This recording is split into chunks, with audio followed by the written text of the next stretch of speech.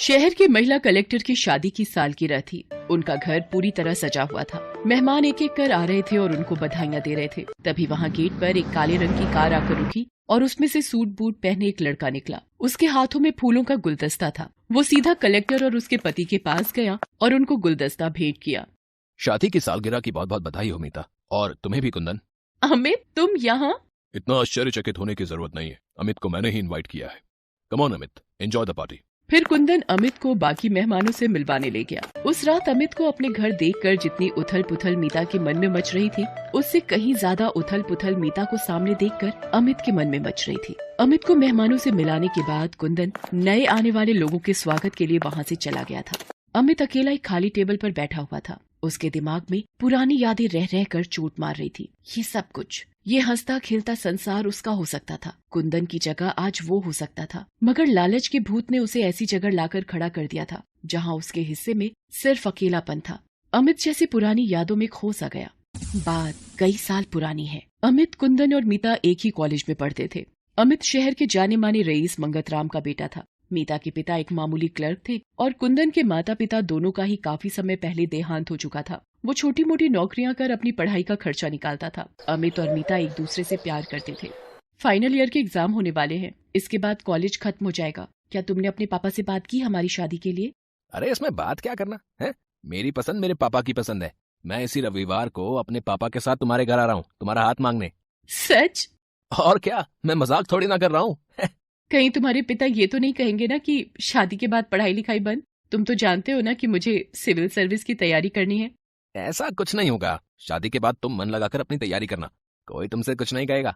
अब तो मीता बेसब्री से रविवार का इंतजार करने लगी। रविवार के दिन तय समय पर अमित और उसके पिता मंगतराम अपनी चमचमाती कार से मीता के घर पहुंचे। मीता के पापा उनका स्वागत करने के लिए दरवाजे पर ही खड़े थे। उनके आने पर मीता के पापा अशोक जी उन्हें अंदर लेकर आए। उनका मामूली सा घर देखते ही मंगतराम ने नाक भौं सिकोड़ना शुरू किया। अरे ये किस घर की लड़की को दिल बैठा ये बेवकूफ लड़का है। घर की हालत देखकर तो लगता है कि यहाँ से मुझे दहेज में एक फूटी कौड़ी भी नहीं मिलेगी। चाय नाश्ता करने के बाद अशोक जी, अब जरा लड़का लड़की को आपस में बातें करने दीजिए और आप जरा मेरे साथ बाहर टहलने चलिए। फिर अशोक जी और मंगतराम बाहर निकल गए।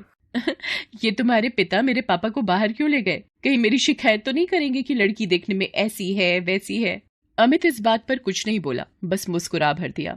थोड़ी देर टहलने के बाद अशोक जी और मंगतराम अंदर आए। अशोक जी के चेहरे की हवाइयां उड़ी हुई थी। भाई अशोक जी, रिश्ता तो हमें मंजूर है, मगर आप मेरी बात का ध्यान रखिएगा जो बाहर मैंने आपसे कही है। इसके बाद शादी की तारीख तय करके मंगतराम और अमित वहां से चले गए।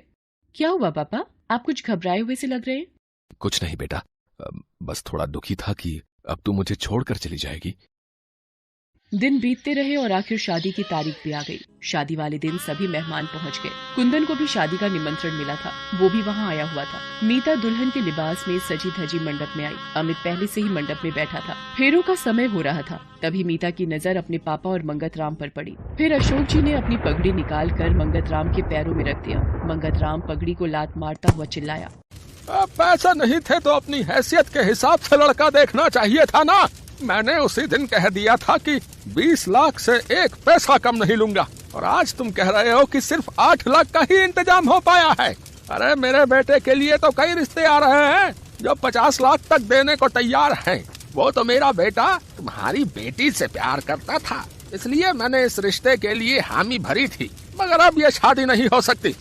देखिए, ऐसा कीजिए, मेरी और मेरी बेटी को सबके सामने बदनाम ना कीजिए।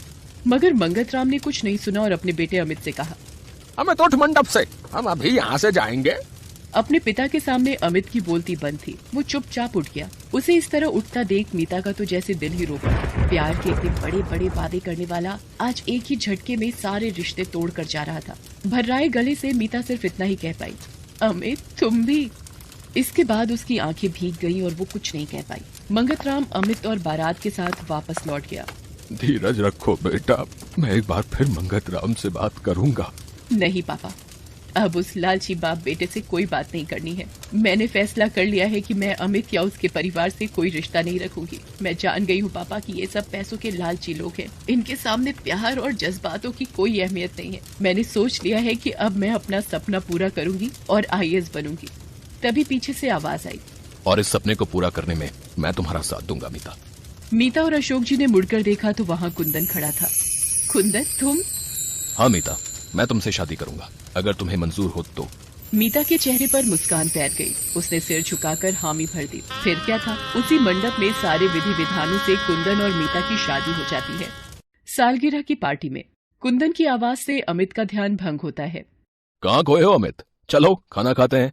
अमित बुझे मन से, काश उस दिन मैंने थोड़ी सी हिम्मत दिखाई होती तो आज ये प्यारा सा संसार मेरा होता। गलती पिताजी की नहीं थी जो उन्होंने लालच किया था, गलती मेरी थी जो मैं उनकी लालच के आगे हार गया। मगर अब पछताने से क्या होता? जिनके नसीब में प्यार होता है उन्हें प्यार मिल ही जाता है, और जो पैसों के आगे प्यार को अहमियत नहीं देते उन्हें अकेले ही सारी जिंदगी काटनी पड़ती है।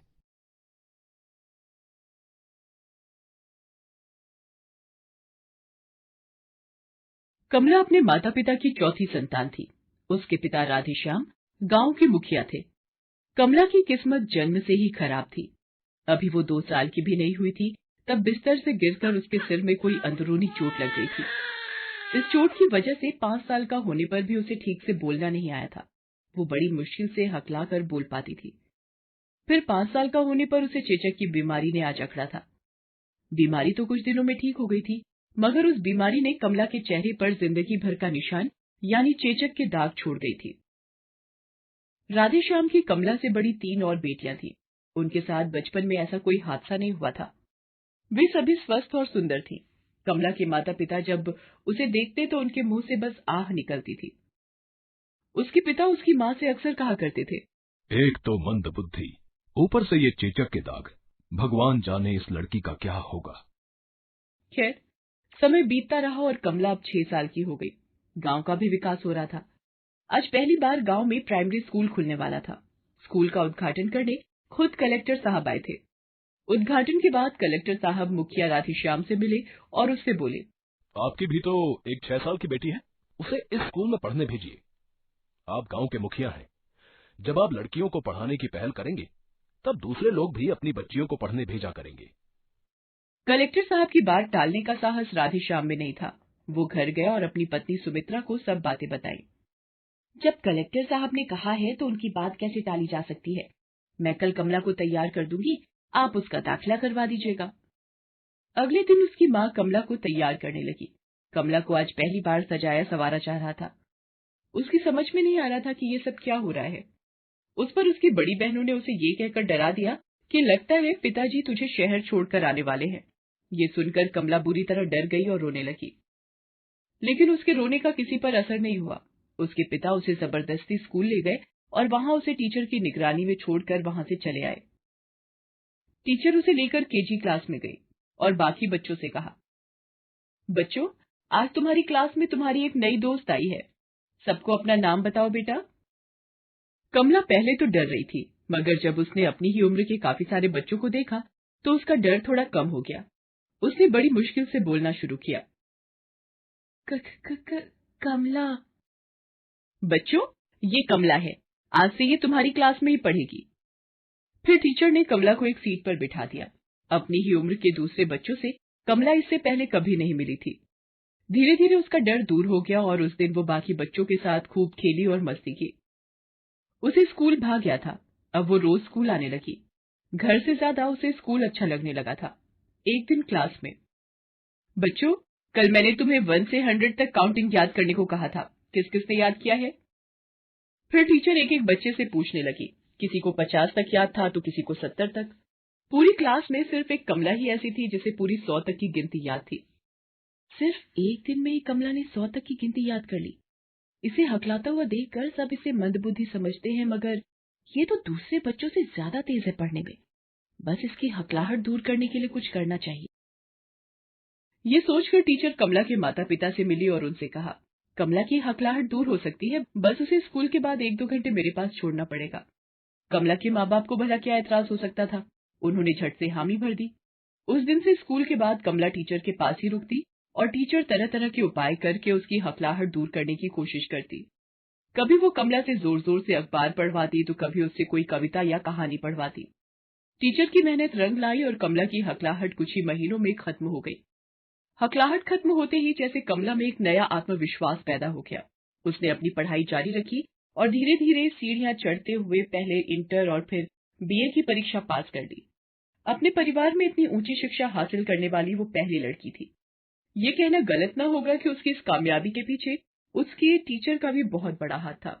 एक दिन कमला के घर में, अजी सुनते हो, कमला की उम्र निकली जा रही है, जल्दी से कोई लड़का देखकर उसके भी हाथ पीले कर दो। तुम्हें क्या लगता है कि मुझे इस बात की कोई फिक्र नहीं है?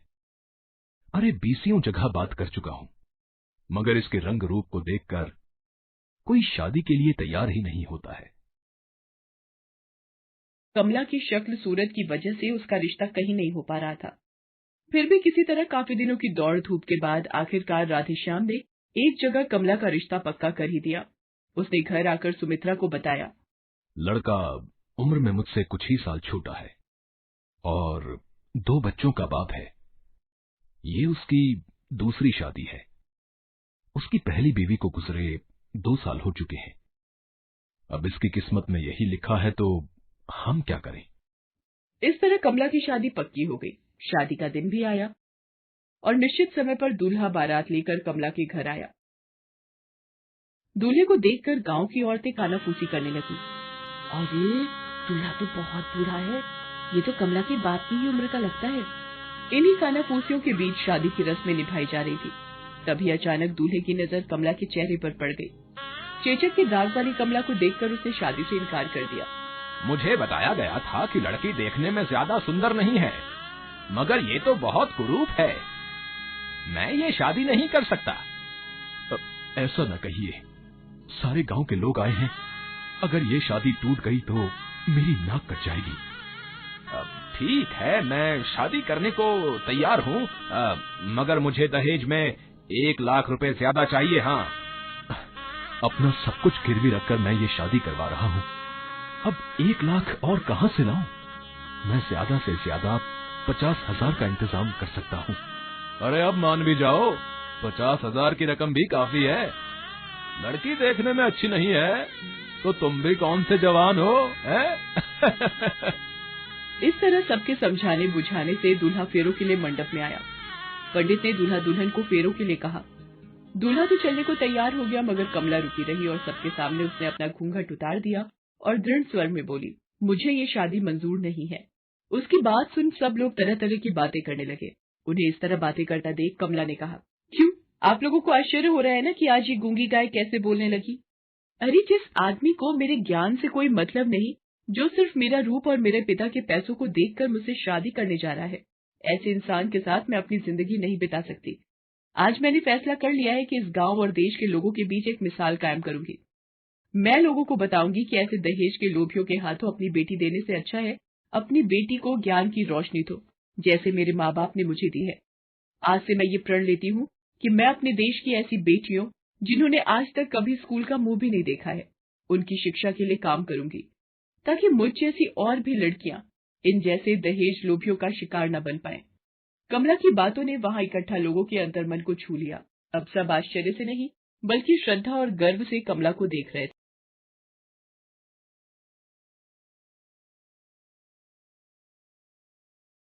बिंदिया अपने माँ बाबू के साथ अमरोहा में रहती थी। वो 5वीं कक्षा में पढ़ती थी। बिंदिया की माँ केतकी घर में सिलाई का काम करती थी। केतकी एक मशीन पर घंटों बैठकर अड़ोस पड़ोस के घर के कपड़े सिला करती थी। मोहल्ले की औरतें कुछ न कुछ केतकी से सिलवा ही लिया करती थी। केतकी जब घर का काम करने लगती तो बिंदिया भी उसका हाथ बटाने लगती। तब केतकी उसे पढ़ने के लिए बोलकर खुद ही काम करने लगती। घर का काम करके केतकी दोबारा मशीन पर बैठ जाती। कई बार केतकी आधी रात तक मशीन पर कपड़े सिलती रहती थी।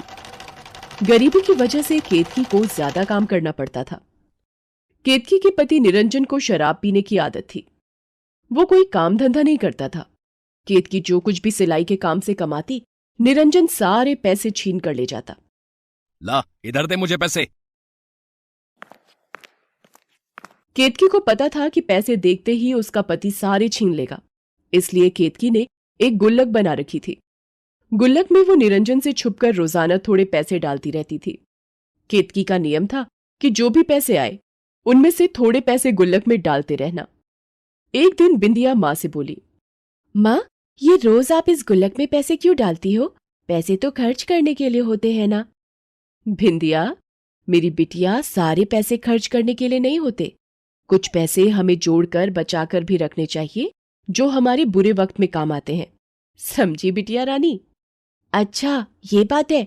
माँ, मैं खेलने जाऊं? मेरी सहेलियां बुला रही हैं। हाँ बिटिया, पर जल्दी आ जाना।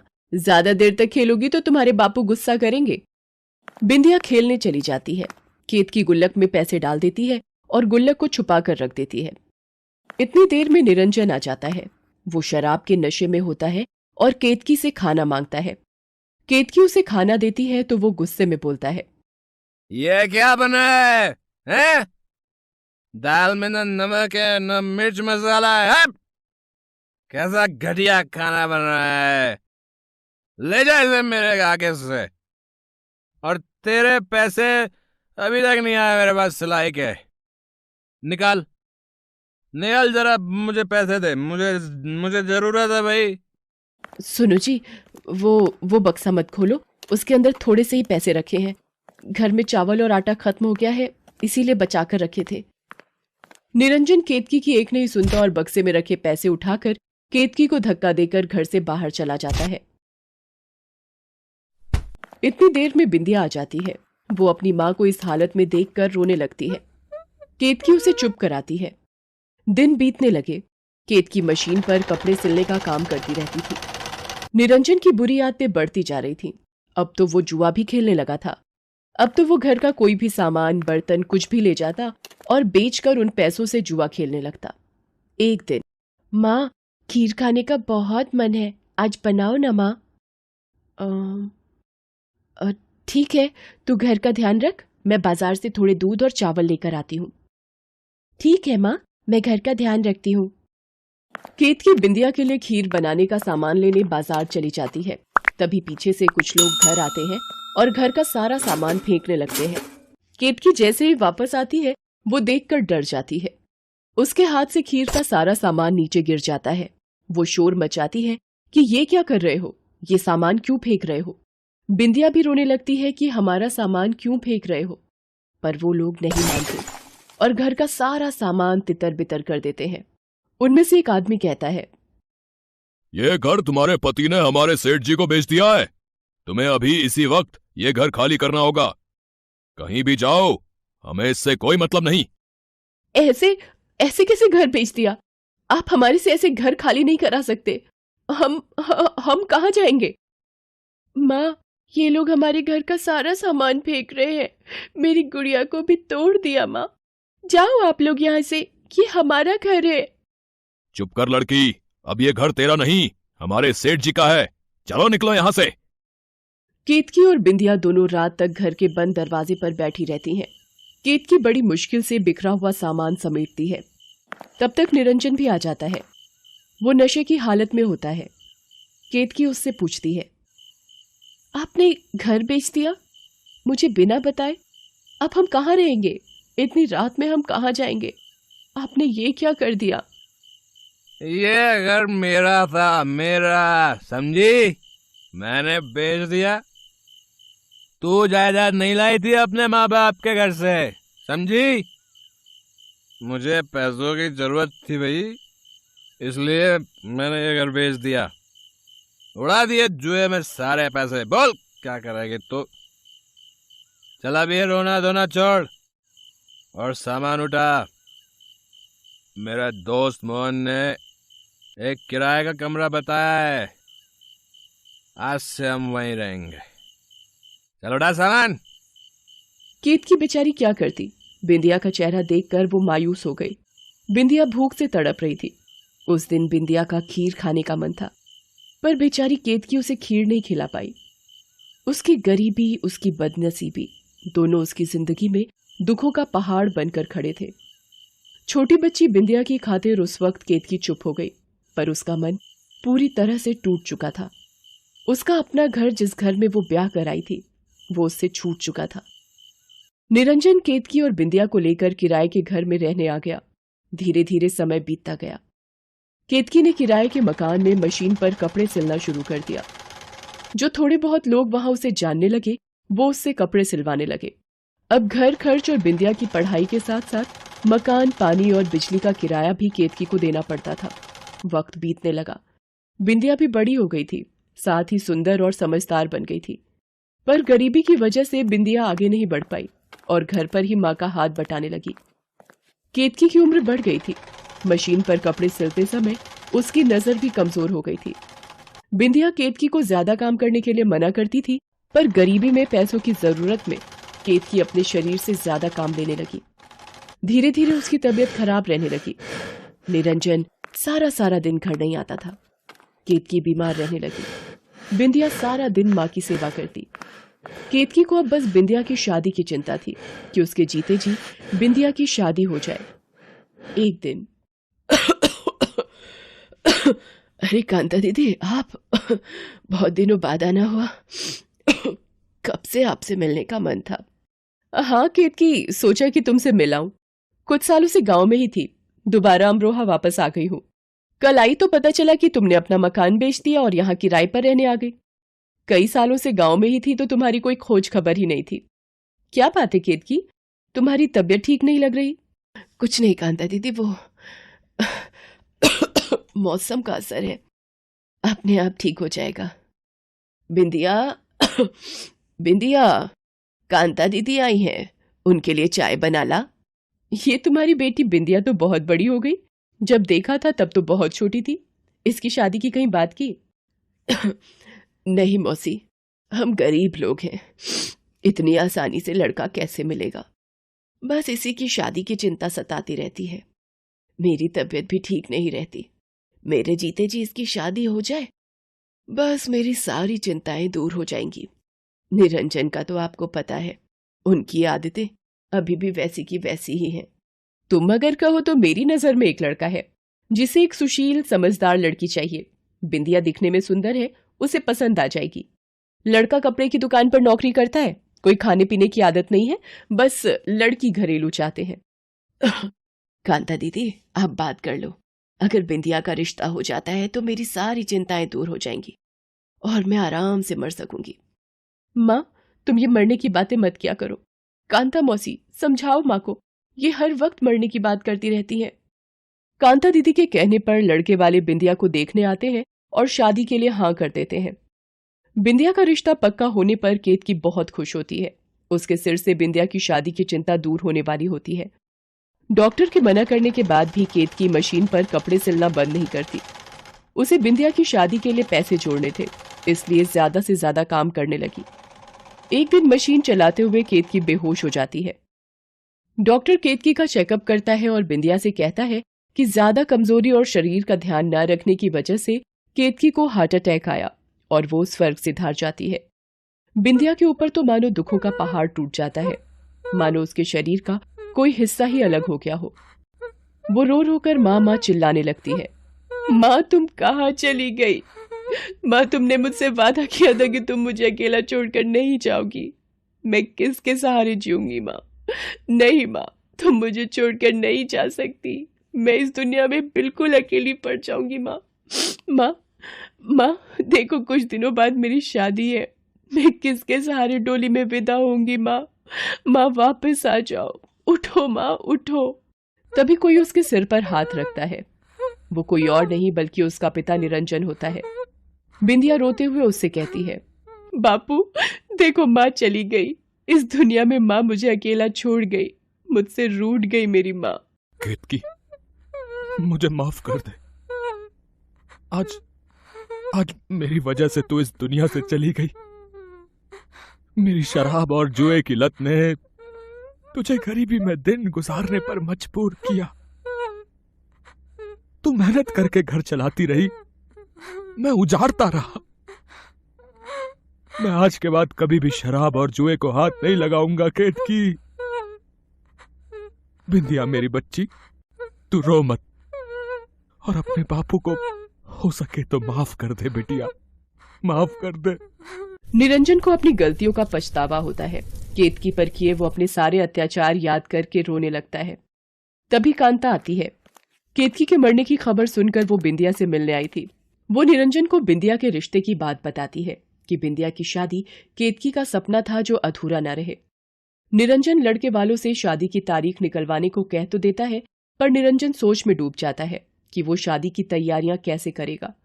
उसने तो सब कुछ शराब और जुए में बर्बाद कर दिया था। तभी बिंदिया उसके पास आती है। उसके हाथ में माँ की वही गुल्लक होती है जो वो बचपन से माँ को संभालते हुए देख रही थी। वो निरंजन को वो गुल्लक देकर कहती है, बापू, ये माँ की गुल्लक, ये माँ हमेशा संभाल कर रखती थी। कुछ दिनों पहले उन्होंने मुझे दी और बोला कि इसे मैं रख लूं और अपनी शादी से पहले इसे तोड़ूं। गुल्लक केतकी की दी हुई? अगर तुम्हारी माँ ने बोला है तो अपने हाथों से यह गुल्लक तोड़ो बेटी। बिंदिया अपनी माँ की गुल्लक को तोड़ देती है। वो जैसे ही गुल्लक तोड़ती है, उसमें से ढेर सारे रुपए और एक चिट्ठी मिलती है। पर लिखा होता है, मेरी बेटी बिंदिया की शादी के लिए। ये देखकर निरंजन फूट फूट कर रो पड़ता है और बिंदिया भी ये देखकर अपनी माँ को याद करने लगती है। निरंजन गुल्लक के उन रुपयों से बिंदिया की शादी करता है और बिंदिया अपनी माँ के आशीर्वाद को लेकर अपनी ससुराल विदा हो जाती है। माँ, कल कोमल और मेरी बाकी सहेलियाँ गांव के बाहर मेला देखने जा रही हैं। मुझे भी उनके साथ जाना है।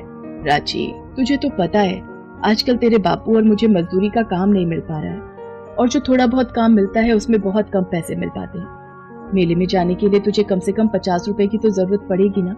माँ, मैं वहाँ से कुछ भी नहीं खरीदूंगी, बस ऐसे ही घूम कर लौट आऊंगी।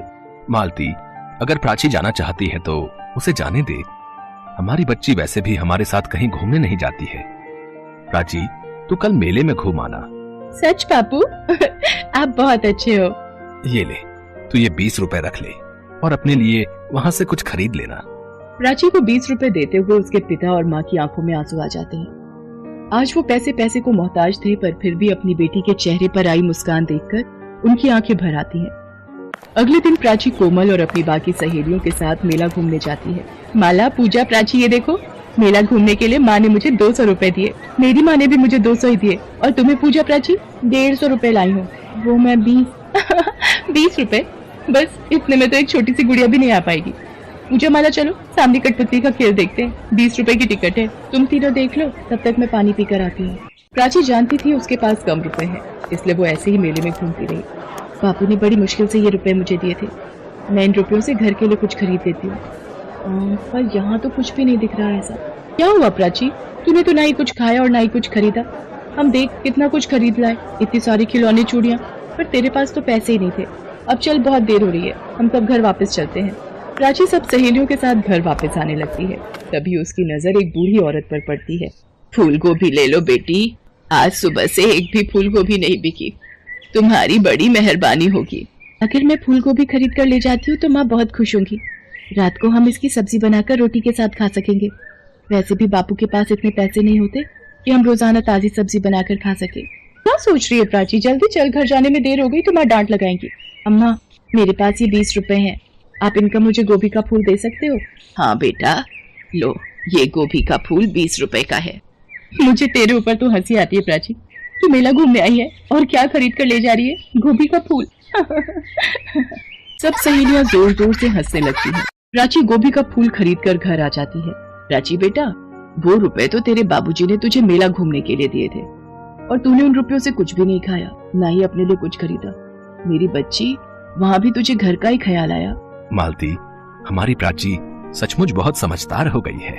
चल, अब तू बैठ, मैं गरम गरम इस फूल गोभी की सब्जी बनाती हूँ, फिर हम तीनों मिलकर खाना खाएंगे। मालती सब्जी बनाने के लिए गोभी काटने बैठती है। गोभी देखने में बहुत बढ़िया और ताजी है। काश एक गोभी का फूल और होता तो ज्यादा सब्जी बन जाती। मालती देखती है वहाँ एक गोभी के फूल की जगह 2 गोभी के फूल हो जाते हैं। ये क्या जादू है? ये कैसे हो सकता है? यहाँ पर तो एक ही गोभी थी, पर अब 2 फूल कैसे हो गए? एक बार 4 फूल बोलकर देखूं। गोभी के 4 फूल मेरे सामने आ जाए। मालती के सामने गोभी के 4 फूल आ जाते हैं। वो हैरान हो जाती है और वो प्राची और उसके बापू को आवाज लगाती है। माँ, ये तो सचमुच जादुई फूल गोभी है। हम जितने भी गोभी के फूल बोएंगे, हमारे सामने उतने ही गोभी के फूल आ जाएंगे। अभी गोभी के फूल में से एक अप्सरा उत्पन्न होती है। घबराओ नहीं, मैं एक अप्सरा हूँ। मैं धरती लोक से गुजर रही थी। मैंने इस प्यारी सी बच्ची को देखा कि किस तरह से ये किसी गरीब की मदद कर रही थी। मेरे से रहा नहीं गया और मैं इस फूल गोभी में वास कर गई और प्राची के साथ यहाँ तक आ गई। मैंने तुम सबकी बातें सुनी और मेरा मन दुख से भर गया। जो दूसरों की मदद करता है वो मनुष्य मुझे बहुत प्रिय है। अब तुम सबको बिल्कुल भी चिंता करने की जरूरत नहीं है। मैं तुम्हें ये जादुई फूल गोभी देकर जा रही हूँ। अब इसकी सहायता से तुम जितनी चाहो उतनी गोभी बाजार में बेच सकते हो। अब तुम्हारे दुख के दिन दूर हो जाएंगे। लेकिन मेरी बात को हमेशा याद रखना, कभी भी अपने मन में लालच मत पनपने देना। इतना कहकर वो अप्सरा वहां से गायब हो जाती है। प्राची के माता पिता प्राची को गले लगा लेते हैं। आज उसी की वजह से उनके गरीबी के दिन दूर हो गए थे। अब तो प्राची के माँ बापू शहर की मंडी में फूलगोभी के बड़े व्यापारी बन जाते हैं और अब उनके पास धन दौलत, बड़ा मकान, सब कुछ। हेलो दोस्तों, कैसे हैं आप सब? हमारी कहानियाँ देखने के लिए हमारे चैनल को सब्सक्राइब कीजिए और हाँ, बेल आइकॉन पर क्लिक करना मत भूलिएगा।